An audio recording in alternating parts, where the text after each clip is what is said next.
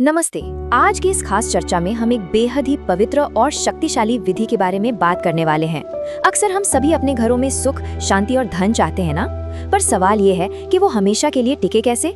शास्त्रों में एक बहुत ही सटीक और सरल तरीका बताया गया है जिससे घर में स्थायी समृद्धि और ईश्वरीय उपस्थिति लाई जा सकती है।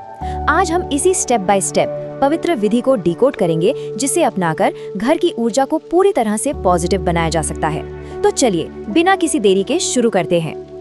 अब सबसे बड़ा और दिलचस्प सवाल जो हम सबके मन में अक्सर आता ही है, हम घर में स्थायी धन और दैवीय आशीर्वाद आखिर कैसे प्राप्त कर सकते हैं। देखिए, ये सिर्फ प्रार्थना करने के बारे में नहीं है। आज की हमारी इस चर्चा का मेन फोकस ही यही है कि एक खास समय पर एक विशिष्ट विधि से माता लक्ष्मी और भगवान नारायण को घर में मजबूती से स्थापित कैसे किया जाए ताकि उनकी कृपा हमेशा बनी रहे। आइए देखते हैं कि इस पूरी प्रक्रिया का बेस क्या है। तो इस पूरी प्रक्रिया की शुरुआत होती है सही समय के चुनाव से, यानी पुरुषोत्तम मास का महत्व। चलिए आगे बढ़ते हैं।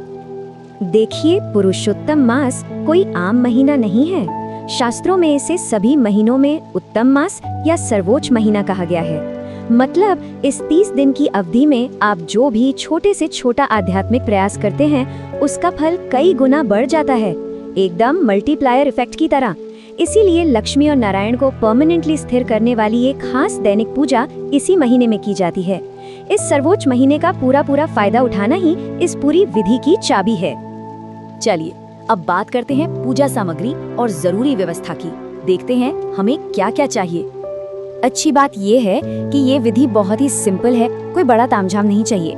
बस भगवान लक्ष्मी नारायण की एक तस्वीर या मूर्ति रख लीजिए। शालिग्राम भगवान हो तो क्या ही कहने, वो तो सर्वोत्तम है। साथ में अर्घ्य देने के लिए एक बड़ा पात्र, एक छोटा लोटा और जल में थोड़े तुलसी के पत्ते और चंदन मिलाना है। और हाँ, सबसे खास चीज, पूरे 19 सुगंधित पुष्प यानी फूल। ग्रंथों में चंदन और महक वाले फूलों पर बहुत जोर दिया गया है। बस इतनी सी तैयारी करनी है। अब आप सोच रहे होंगे कि भाई ये ठीक 19 फूलों का क्या गणित है। तो देखिए, ये बहुत ही दिलचस्प संतुलन है। इनमें से 12 फूल सीधे भगवान नारायण को समर्पित हैं, जिन्हें हम खास मंत्रों के साथ चढ़ाएंगे। और बाकी बचे 7 फूल माता लक्ष्मी के लिए हैं, जो उनके 7 अलग अलग नामों के साथ अर्पित किए जाएंगे। 12 और 7 का ये बैलेंस ही इस पूरी विधि का हृदय है। चलिए अब इसके पहले चरण को जरा डिटेल में समझते हैं। तो आइए इस प्रक्रिया के पहले और अहम हिस्से पर आते हैं। नारायण के लिए 12 पुष्प। शुरुआत होती है नारायण के स्मरण से। जैसे ही हम पहला फूल चढ़ाते हैं तो एक बहुत ही शक्तिशाली मंत्र का उच्चारण करना होता है। ओम हिरण्यवर्णाम हरिणीम सुवर्ण रजत स्रजाम चंद्राम हिरण्यमय लक्ष्मीम जातवेदों आव ओम कुरामाय नमः। ये सिर्फ एक मंत्र नहीं है, बल्कि उन 12 पवित्र फूलों की श्रृंखला की एक बहुत ही पावरफुल शुरुआत है। हर फूल के साथ हम एक विशिष्ट ऊर्जा को घर में बुला रहे होते हैं। और फिर एक एक करके आगे बढ़ते हुए हर फूल के साथ भगवान नारायण के अलग अलग स्वरूपों का नाम लेना है। जैसे ओम कुर्माय नमः, ओम सहस्रशीर्षिणे नमः, ओम हरयाय नमः, ओम लक्ष्मीकांताय नमः, ओम सुरेश्वराय नमः और ओम देवाय नमः। मतलब हर एक मंत्र के साथ एक फूल भगवान को अर्पित करना है। ऐसा पूरे 12 बार करना है। ये एकाग्रता और भक्ति का एकदम अद्भुत क्रम है। नारायण की पूजा के बाद अब हमारा फोकस शिफ्ट होता है महालक्ष्मी के 7 पुष्पों की तरफ। अब बारी आती है धन और समृद्धि की देवी माता लक्ष्मी की। बचे हुए 7 फूलों को उनके 7 विशिष्ट नामों के साथ चढ़ाना है। नाम जरा ध्यान से सुनिए। ओम लक्ष्म्याय नमः, ओम कमलाय नमः, ओम श्रियाय नमः, ओम पद्मवासाय नमः, ओम हरिवल्लभाय नमः, ओम क्षीराब्धि तनयाय नमः और ओम इंद्राय नमः। विधि बिल्कुल साफ है। बस इन नामों का जाप करते हुए एक एक फूल अर्पित करते जाइए। सच मानिए, घर में हर तरह की समृद्धि को आमंत्रित करने का इससे सीधा तरीका और कोई नहीं है। फूल अर्पित करने के बाद अब हम इस अनुष्ठान के अंतिम और सबसे अहम चरण पर आते हैं, 3 बार अर्घ्य देने की विधि। यहाँ 3 का अंक बहुत महत्वपूर्ण है। 12 फूल नारायण को और 7 महालक्ष्मी को चढ़ाने के बाद इस पूजा को पूरा करने के लिए ठीक 3 बार अर्घ्य देना है, यानी जल अर्पित करना है। ये कोई रैंडम नंबर नहीं है, बल्कि ये इस पूरी प्रक्रिया के समापन की एक फाइनल मोहर है। चलिए देखते हैं ये कैसे करना है।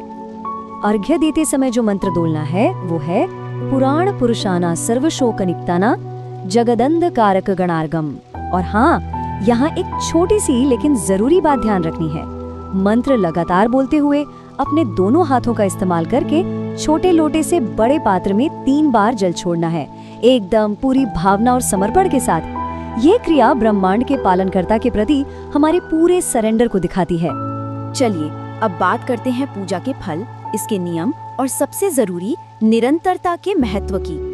देखिए, यहाँ जो सबसे बड़ी चाबी है ना, वो है कंसिस्टेंसी, यानी निरंतरता। इस मंत्रोक्त पूजा का असली जादू तभी काम करता है जब इसे पुरुषोत्तम मास के पूरे 30 दिनों तक बिना एक भी दिन छोड़े किया जाए। शास्त्रों में साफ लिखा है कि अगर लगातार 30 दिन ये सरल सी विधि कर ली जाए तो लक्ष्मी और नारायण घर में स्थायी रूप से बस जाते हैं। तो ये बस एक दिन का जोश नहीं है, बल्कि पूरे 1 महीने का संकल्प है। तो आज हम अपनी इस चर्चा के बिल्कुल अंत में एक बहुत ही गहरे सवाल पर आ गए हैं। क्या हम सच में इस सर्वोच्च महीने पुरुषोत्तम मास के इन 30 दिनों का पूरा फायदा उठा रहे हैं? सोचिए, विधि कितनी सरल है, सामग्री ना के बराबर है, लेकिन शास्त्रों के अनुसार इसका इम्पैक्ट कितना विशाल है। दिन के बस कुछ मिनटों का ये अनुशासित प्रयास घर की ऊर्जा को हमेशा के लिए बदल सकता है। आज के इस विश्लेषण में बस इतना ही।